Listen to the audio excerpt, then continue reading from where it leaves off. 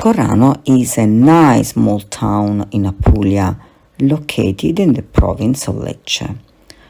The territory boasts very ancient origins, testified by the manors present in the countryside of the municipal area. The foundation of the first real settlement is traced back to the Romans, who founded a settlement that was supposed to house veteran soldiers.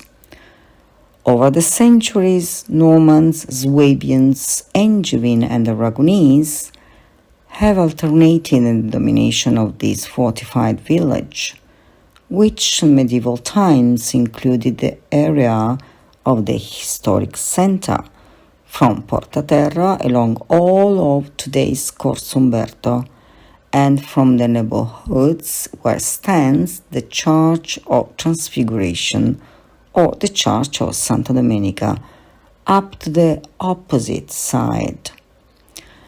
A ring of protective walls protected the village and had a total of 16 towers, which increased the defensive capacity of the settlement. There were 4 entrances and an internal road which ran along the entire route of the fortified walls. Today, very few traces of the walls and towers remain, but Porta Terra is the witness of the medieval city which, even the mid-16th century, might not have been too different from the Scorrano during the period of the Normans and the Swabians. In this virtual journey, we have decided to insert some elements following the medieval setting to give a reference to the place crossed along this journey through time. Behind Porta Terra, it is in fact possible to see a depiction of Santa Domenica still present today, while on the other side of the village there is a votive edicula useful for understanding the location of the setting more easily. Over the centuries, the city extended beyond the walls, but at the time of Isabella of Capua, the city was still mainly a fortified village. A journey of the noblewoman is documented in epistolary form, so much so that in one of the letters that have come down to us today, reference is made to Scorrano and to a peculiar tradition of the place, which today makes Scorrano a unique place in the world. The illuminations displayed on the occasion of the patron saint feast, Santa Domenica.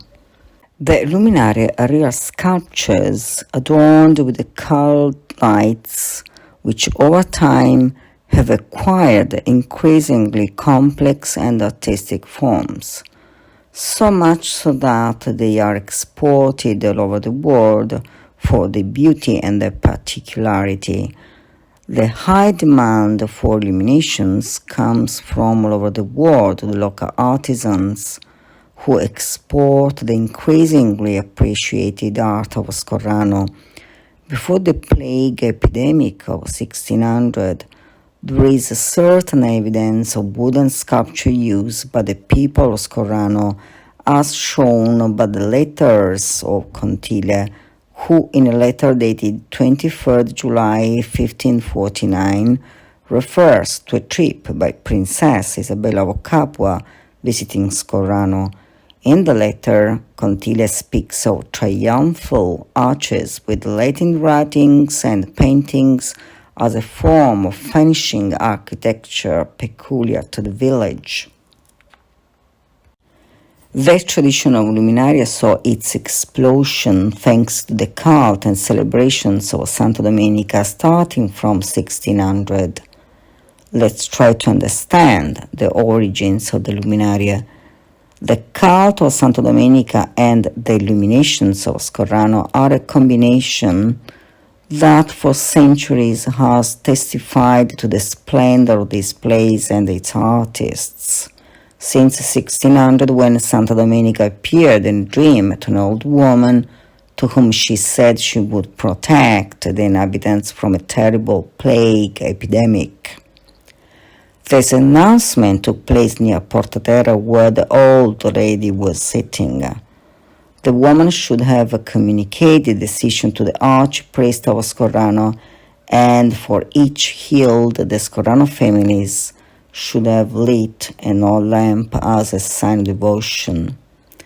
The tradition of Scorrano illuminations is increasingly important worldwide, and all over the world people admire the spectacular illuminated structures, the result of the tradition of talent and the passion of a village unique in the world for the beauty, art and tradition of its luminaria.